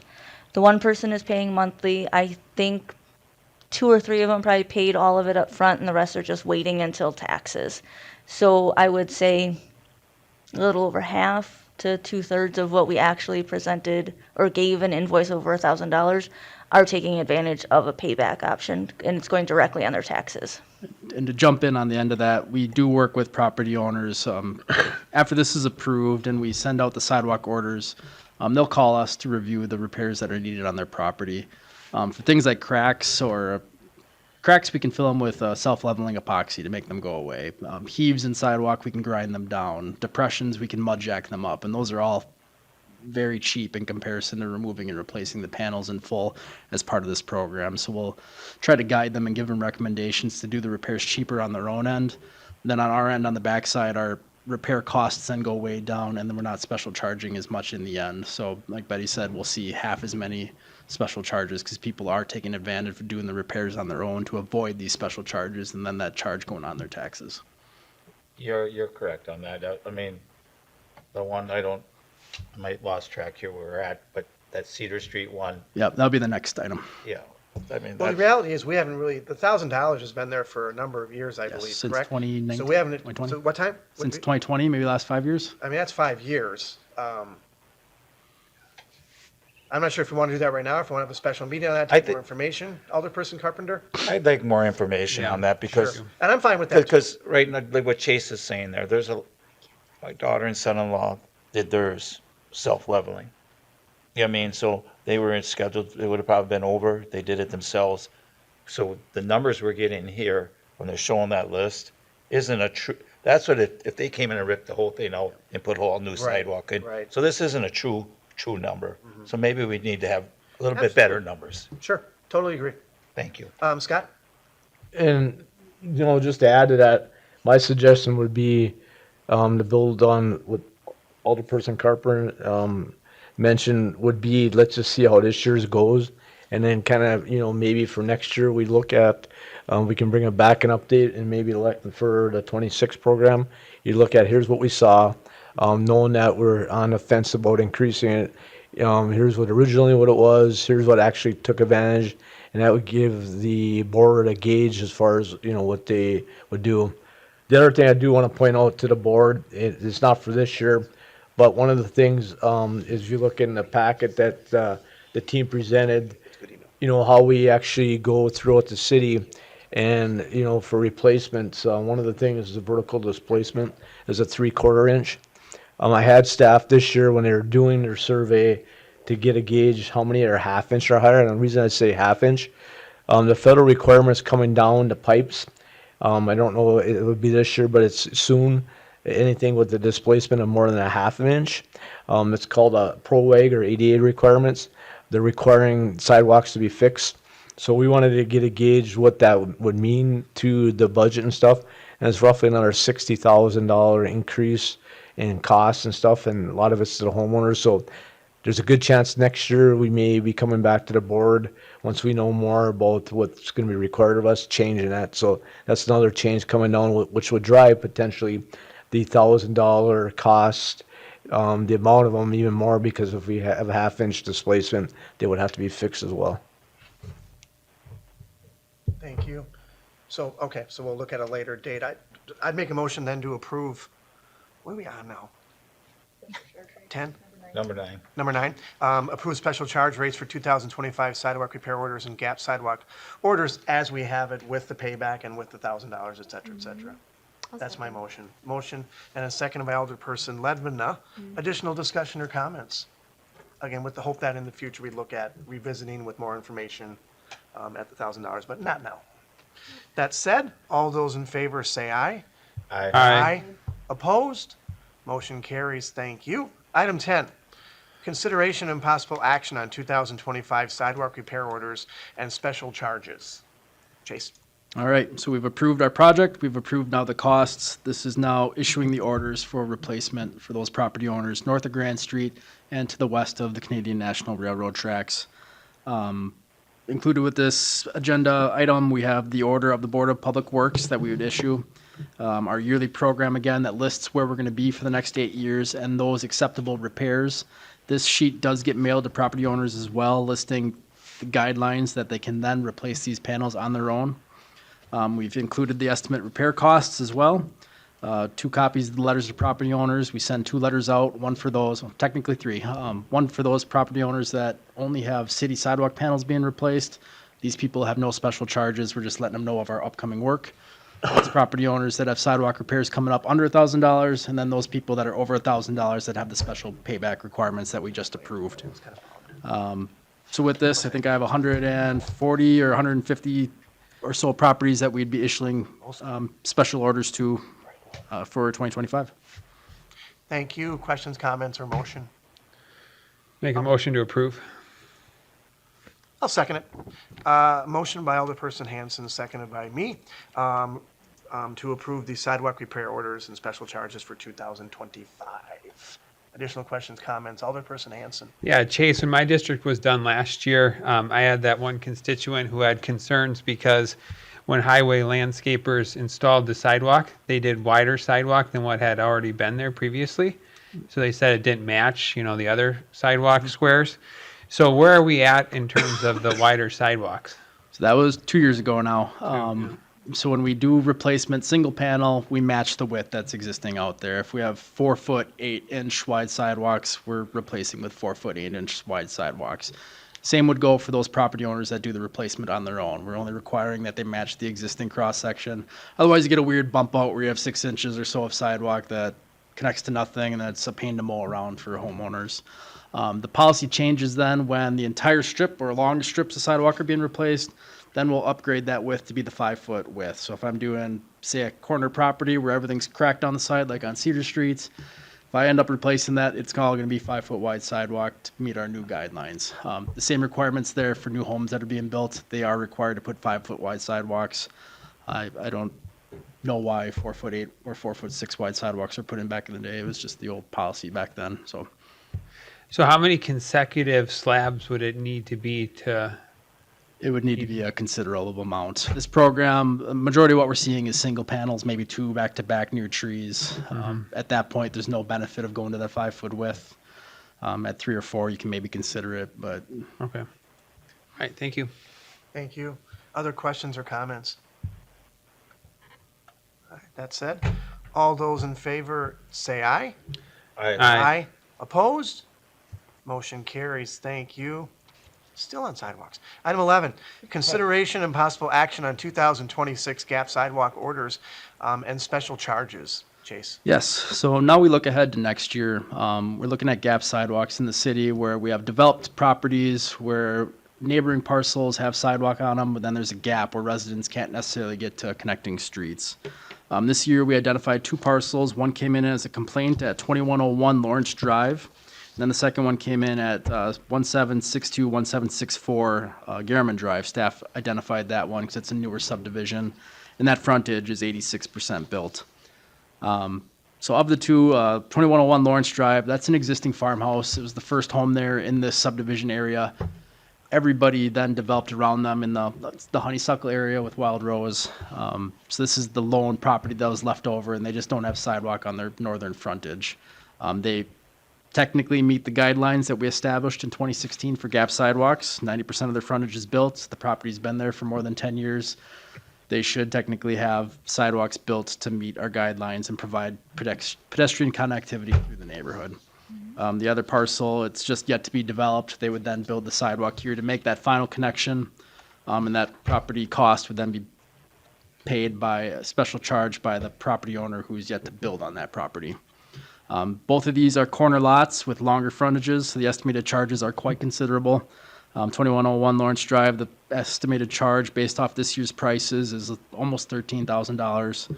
On Garriman Drive, that parcel being a corner lot is about $17,000, just because you have 2 frontages to build sidewalks on. Like the sidewalk special orders, we've approved 5-year payback periods again on these, just because of the exorbitant amount of the charge. The 2025 interest rate is 4.36%. That's 1% over what we bond. We wouldn't know next year's payback percentage on the interest until we got in touch and did the agenda for next year. So our recommendation would be the board order the sidewalk installation for these properties in 2026. If these properties would then have a deadline of June 30th, 2026 to construct their own sidewalks, at which time, if nothing's built, the city will come in, put gravel down and construct new 4-inch sidewalks on these frontages that need the connectivity. And then we also recommend the 5-year payback period for each property receiving a special charge. Thank you. Alderperson Carpenter. Is it possible, or maybe you could make a motion, that they could be given that order, but they'd have 2 years? I mean, especially the one on Lawrence Drive, again, that's an old farmhouse sitting there. I'm looking at it right now. And it's been like that. I know where the complaint comes from, but I'll just leave. That's a big expense. The other one is in a subdivision that was, that he's talking about. I probably don't feel as badly, I'm sorry, not to say anything, because that was a whole subdivision that was developed, and that's just because it's at its percentage, it needs to be filled. But the Lawrence Drive one that's been there like that for a long, long time, and they received a complaint on it. And it falls into the gap sidewalk, but I would like to see them get at least, give him 2 years. A notice that he has 2 years to get his sidewalk going or whatever, and then if they go on the 5-year. So do I have to make a motion for that? Yeah, you'd have to make a motion for that. I will make a motion for those two properties, that 2106 Lawrence Drive and that 1762, 1764 Garmin. Get a 2-year time frame once this notice goes out. That'd be 27. So it'd be 2027. So rather than 26, 2027. Yes. Any angst or anxiety from staff regarding that motion? Is this going to be the new policy moving forward? Should I recommend in the future 2-year on these installations, or Well, I don't want to set a precedent now, or and the only reason I'm saying, excuse me. Alderperson Ledman, really quick. She's gonna That would be my reason not to go with what Dan's saying, because it would go against policy. So not to do the 2027 2-year, you wouldn't be, No, if it doesn't fit in our policy that we have now, then I wouldn't agree with doing it. so to do a variance, you wouldn't before. And again, we're talking about the 2027. I'm not sure, which one, were you done, Alderperson Carpenter? Well, I'm just saying it's a very, very big expense for sidewalks to be put in, and next year, there's gonna be a larger one, because there was another gap place missed.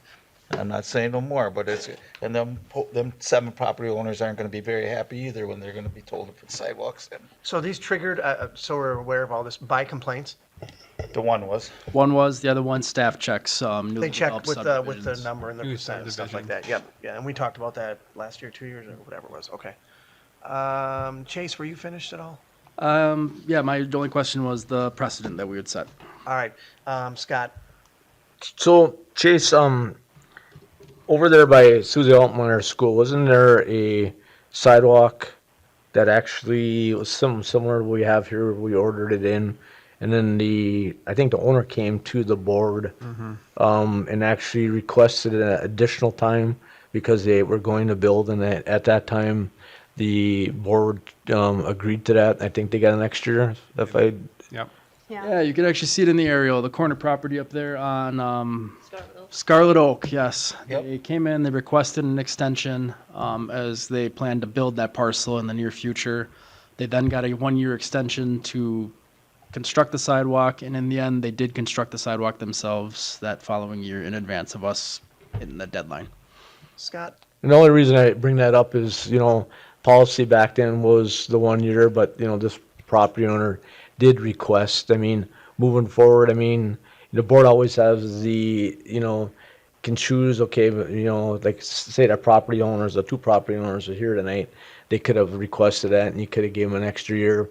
You have done, and the board has done in the past, given an extra year. It's something to consider as you kind of discuss what you want to do. Alderperson Carpenter. So this, whatever we approve tonight, I have a motion there, and it hasn't been second, but, Well,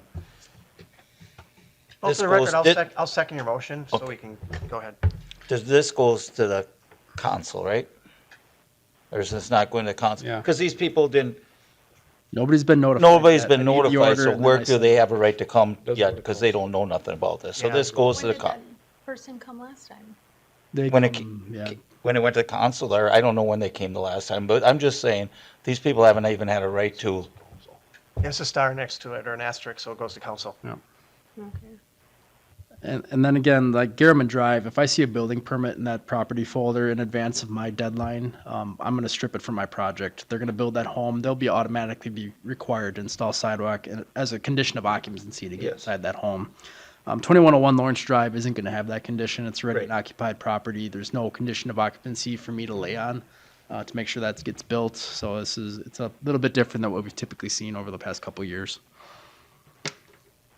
Alderperson Ledbetter. Then should we be changing our policy to notify residents before this step comes to the Board of Public Works so they do have a chance to come here instead of going to council?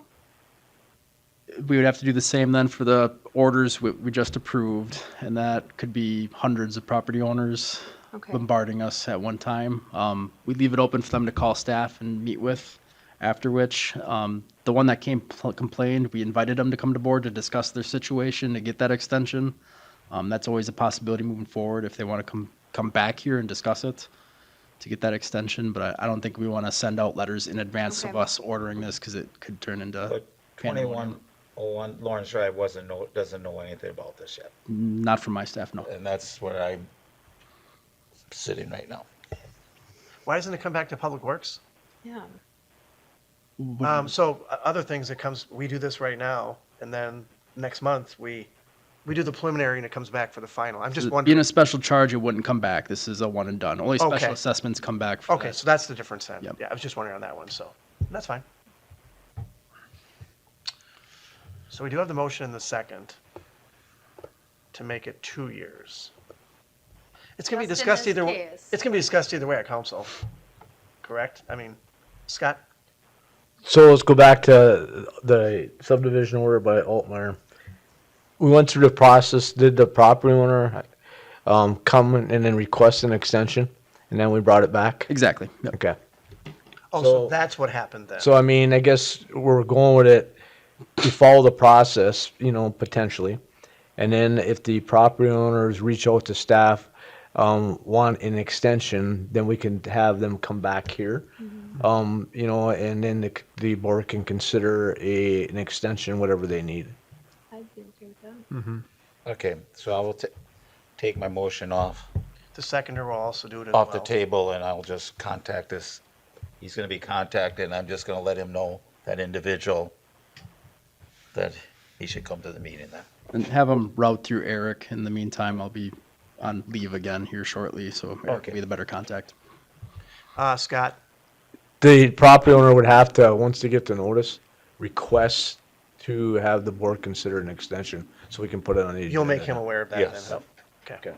Do you want to make a motion? Well, I'll make a motion then to approve the 2026 GAP sidewalk orders and special charges as presented. Does that make sense? Yes, sir. Yeah. I'll second. Motion by me, seconded by Alderperson Ledman. Additional discussion or comments? Seeing there are none, all those in favor say aye. Aye. Opposed? Motion carries. Thank you. Item 12, consideration and possible action for sidewalk alternatives for Main Avenue between 7th Street and 6th Street. Scott? So you may recall that the board and council approved removing the sidewalk on the south side of Main Avenue between 7th and 6th Street as part of the DOT project. And we have the existing sidewalk on top of the retaining wall that the DOT was moving forward to actually remove and replace and upgrade that actually existing sidewalk. So through the process, staff's been working with the DOT. There's a alternative that the DOT presented to staff, of which I'm bringing forward tonight. There's some improvements for the rail crossing for the trail. And as Chase scrolls a little bit more, I was hoping to, what it is basically there's a pedestrian, let's scroll a little bit more, Chase. Right there. So as you can see, the blue magenta line is where the existing sidewalk was going to end. And then what's being proposed is the railroad got involved because we're looking at improvement of the rail crossings on Reed and Main. So this was evaluated, this crossing at Reed right now that came across, right by Nicolay Restaurant. So to do the work you see in the upper part of the photo there is basically what it does is kind of brings the crossing more perpendicular. There's some rail improvements that actually would occur as part of it. And the cost to do so, I have it in a packet, is an additional $150,000 the city would have to fund for that. The DOT would fund some, And the railroad, I believe, is looking at funding some. Because in your packet, I show the actual cost of, if we didn't do any improvements there and it ended like you see the magenta, there's zero cost for the city to improve that sidewalk. But if we want to make the improvements over the rail, as seen in just above that, then there's approximately $150,000 the city would actually be responsible for. The total, I believe, in the, I don't have my cheaters on, but I'm gonna zoom in, but the cost to do the rail improvements, the city had 150,000 in cost, the railroad had about 180,000 in cost, and I think the DOT had another maybe 150,000 in cost as well. So really, I was bringing this forward to the board because what'll have to happen, we will in the future come back with a revised state municipal finance agreement with all of the costs, the city would be responsible for. And if the city chooses to do the improvements on the rail crossing, we would incorporate that into it. So really, I'm leaving it at the kind of discussion as a talking point with the board, how you guys want to proceed on it. Alderperson Hanson. Yeah, I think this is worth the investment. Back in 2020, we did have a tragic accident at this location. I have spoken to the victim's mom, who's a constituent of mine. She's asked that we do everything possible to try to make this as safe as we can. And I've had conversations with DOT, asking them to take another look at this location. I appreciate that they've done this and come up with this plan. So I think now is the time to do it. Other questions or comments?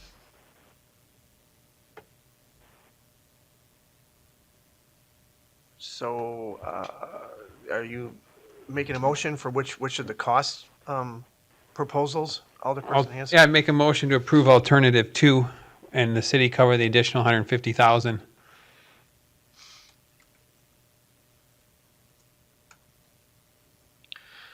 I'll second for discussion purposes. But again, we have to make sure we understand as we move forward here. Maybe I won't say what I want to say. Alderperson Carpenter. So this improvements, what Alderperson Hanson puts here, this is going to get done when the Reed Street, Main Street project gets done. I mean, this is not getting budgeted money this year. Correct. Or anything. You got, like you said, we got to come into that agreement with the state and everything else. I just want to, so I fully understand that. So if that's the case, then if somehow it doesn't come to fruition as far as funding with the state, et cetera, then what happens then?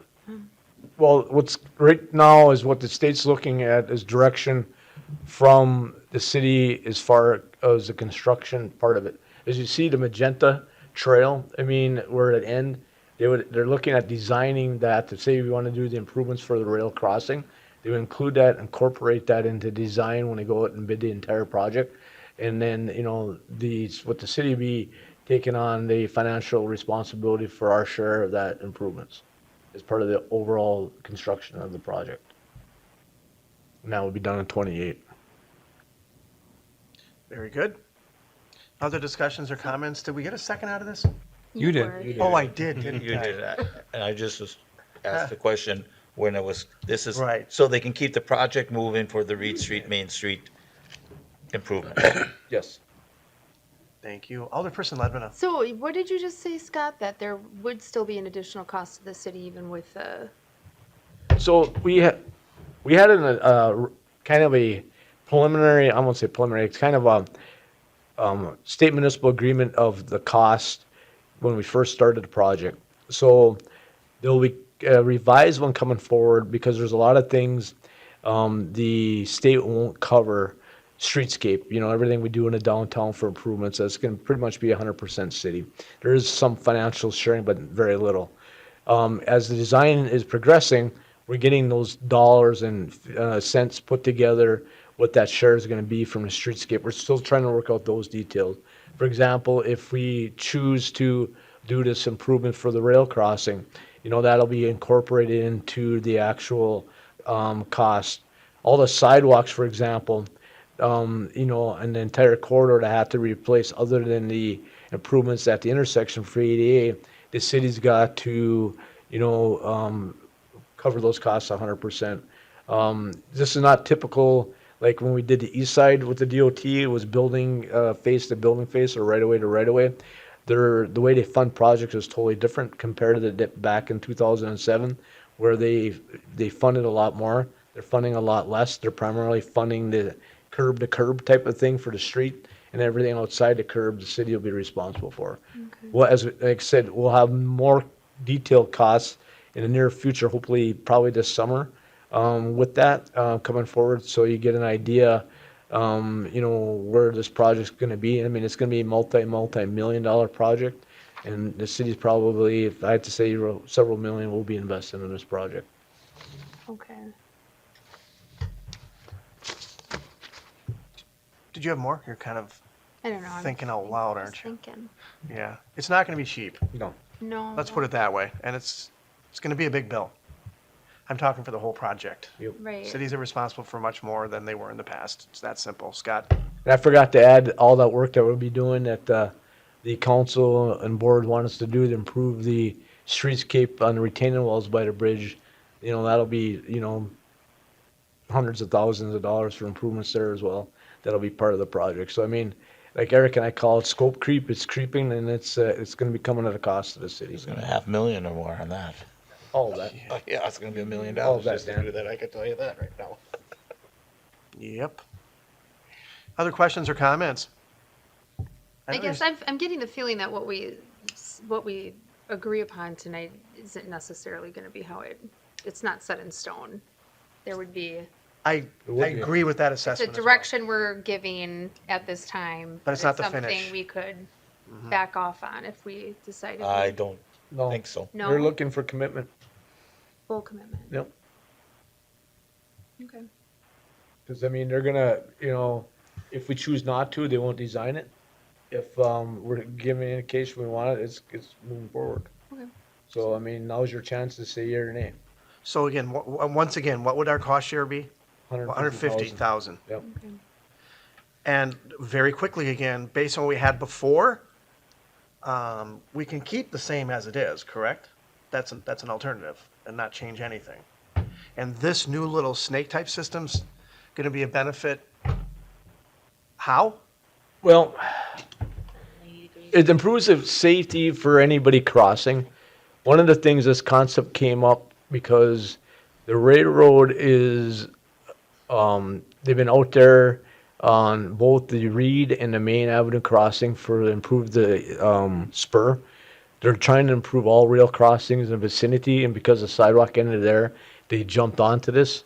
Right now, the DOT feels the railroad may say this has to happen, not set in stone type of a thing, but the fact that the city wants to pursue it, I mean, it's not, like I said, there's 3 jurisdictions, as I indicated earlier, the railroad, the DOT, and the city to improve the rail crossings. So this potentially could happen, and, say if the Office of the Railroad Commission decides, kind of like we've done in other places, probably 15, 18 years ago, we had some improvements here that the OCR, mandated, the city to do. So this, as far as what's happening, may be forced down, onto the city regardless. But right now, the DOT is presenting it. This was the kind of the concept they think that's going to come out from the railroad. Okay, the other question is too, and it's more of a comment as well. Clearly, we had a tragic accident, and that happens, and we feel horrible about that. I think we have to be fairly clear here. Accidents could happen in the future again. This is something that will help that crossing area, but it doesn't mean that it would have prevented anything or prevent anything in the future. Correct. And you have to be very clear about that. I want to make sure if we're doing this and spending our money here, that we don't lose sight of that fact. Because you don't want to make promises and say you want to do something or say anything when that may not be true. Alderperson Carpenter. So when do we have to have this response back to the state? Because my suggestion would be just like when you request, I want a sidewalk marked on a street near school or whatever, and they come back and they do their count and say, we don't get that many kids crossing right here. Why are we going to put the crosswalk in? Because we don't do that anymore. So I'm trying to figure this out, that staff could go out there and do a count. What would be the fair time? How many people Cross. cross over that railroad tracks? I know what you're trying to say, Mayor, and I'm just Understand what Jonathan said, tragedy and everything, but it's not a vehicle crossing. It's pedestrians crossing only. Am I correct? Pedestrian bikes. Bikes. And I'm just curious, if we had an answer, you know what I mean? Maybe if we can wait till May or June Well, and do a. unfortunately, can't wait. I gotta let the DOT know. I told them that I would be taking it to the board tonight and council decision next week, so give them direction to continue with the They design. really have that short of a timeline? So that's my next complaint on some of this stuff. This stuff comes to us, and you got to make your decision, last minute decisions, and you can't even evaluate something. That is wrong. It comes even if it comes from our own staff or the state. We should get more time to evaluate some of these things. All some things come to us, and we got to make decisions now. Well, Scott? Unfortunately, Eric and I have been trying to Stay on top of it. stay on top of it on this. This came to us, I want to say, was it last month or maybe a month and a half ago? And we were trying to work out the logistics for the payment because we didn't feel that we should actually have to front as much cost as we did. We actually told them, I said, you know what? We agreed as a board and council and staff to remove the sidewalk on Main Avenue to accommodate their project to widen the streets a little bit. And that thing, granted, it doesn't feel safe walking down there, but we try to force them on the issue with the funding part about it because, as I mentioned earlier, this whole project, I'll call it scope creep because there's more and more costs that the city is going to have to absorb.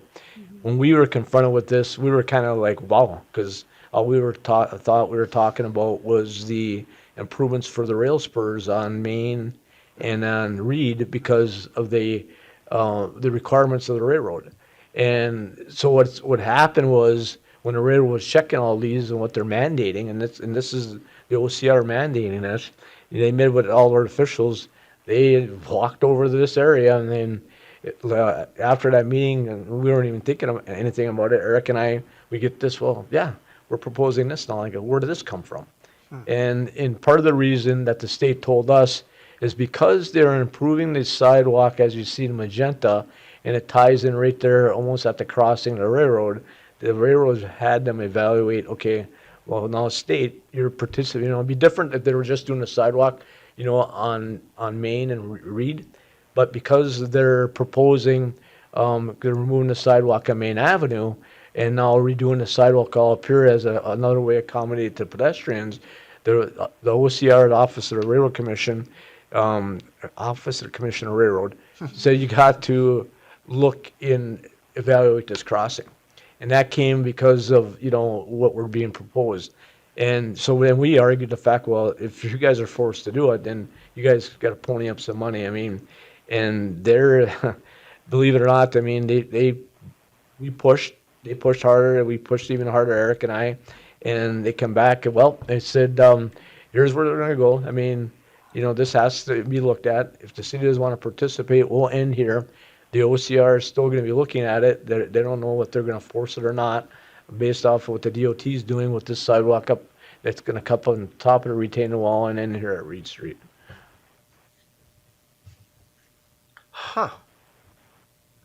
Alderperson Carpenter. so if the OCR, if we say no to this, and the OCR forces it, is the cost?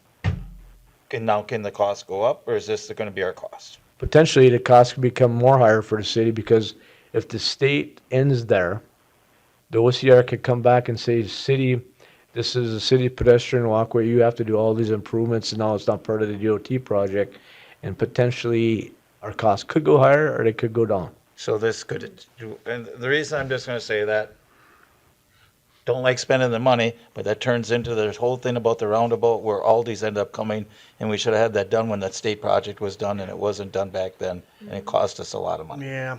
So, you know what I mean? You're in these catch-22s. Scott. I wish I could tell you what the OCR would do. They can force things that we have no control of.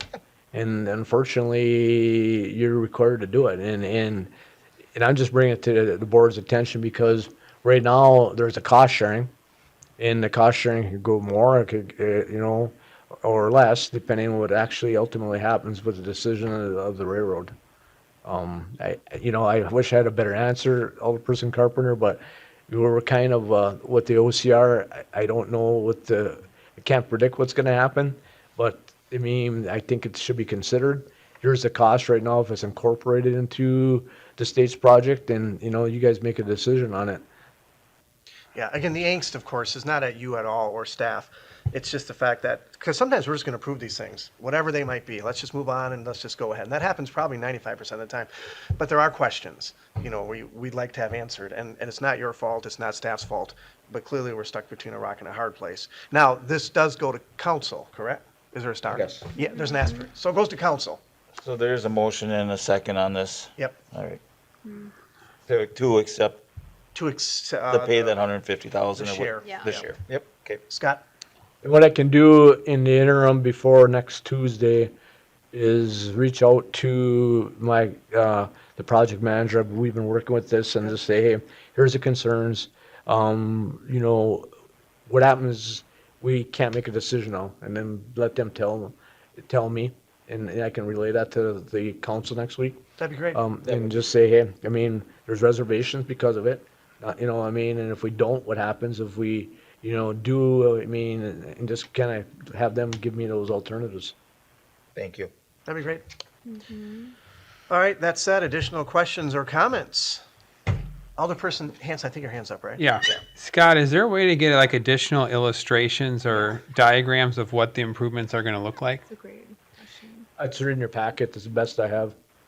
Because alternative 2 in the chart, it does kind of in text format describe it, but it's still kind of hard to visualize. So that's it, what Chase has got up on the board. That's in your packet. Do you see that in the packet, Alderperson Hanson, or not? I do, but You like it better than that, is what you're saying? Which is weird. so can you talk about like signage or like, is it the angle of it, the crossing that's going to be improved? Can you just kind of flesh out more what? Well, if you look at right now it's it's almost like you're at X. So what they're doing is right where you see Chase has got a little arrow there, that's the path now, comes at a kind of a diagonal to the crossing. So what they're proposing with the trail, it's gonna be 90 degrees to the crossing. Probably So what it does is, instead of going like this skewed, you're coming perpendicular, so you're to look either way. Oh, so it just matches up? yeah. You're With not the railroad leaning track. back one Yeah, way. yeah. Yeah. It's lining up with the railroad tracks, way of tracks runs. Yes. Yes. I mean, that makes sense to me. That would improve visibility for pedestrians crossing, Yep. I would think. Just That looks was- weird. With any path, they'll bring it up to ADA standards. If we have current ADA issues out there, it'll be brought up to date. And then they also show advanced warnings for people approaching the tracks. Say you're visually impaired, that you'll have a better sense that, hey, you're about to enter a more dangerous zone. Okay. So that in itself is worth it. Mhm. Alderperson Hanson, were you finished with your question? Yeah, I'm good. Did you need more information at the next meeting then that you want? Anything as we're in this little? Well, it sounds like DOT doesn't have any other visuals, so You can ask and just see if they have something else that might. I can, I mean, Yeah, so- I guess what were we looking for, other than the plan concept? I don't know, like a 3D renderings or? I can find out. Okay. He'll find out. He'll see if Okay. there's something to bring different. Other questions or comments? All right, seeing there are no more. All those in favor say aye. Aye. Opposed? Motion carries. Thank you. Item 13, consideration and possible action on applying for Wisconsin Department of Natural Resources Urban Nonpoint Source and Stormwater Management Grant Program. Make a motion to approve. Second. Motion by Alderperson Carpenter, seconded by me. Discussion or comments as it's stated in the packet? Seeing there is none, all those in favor say aye. Aye. Opposed? Motion carries. Thank you. Item 14, consideration and possible action to allocate funds for WDNR Grant.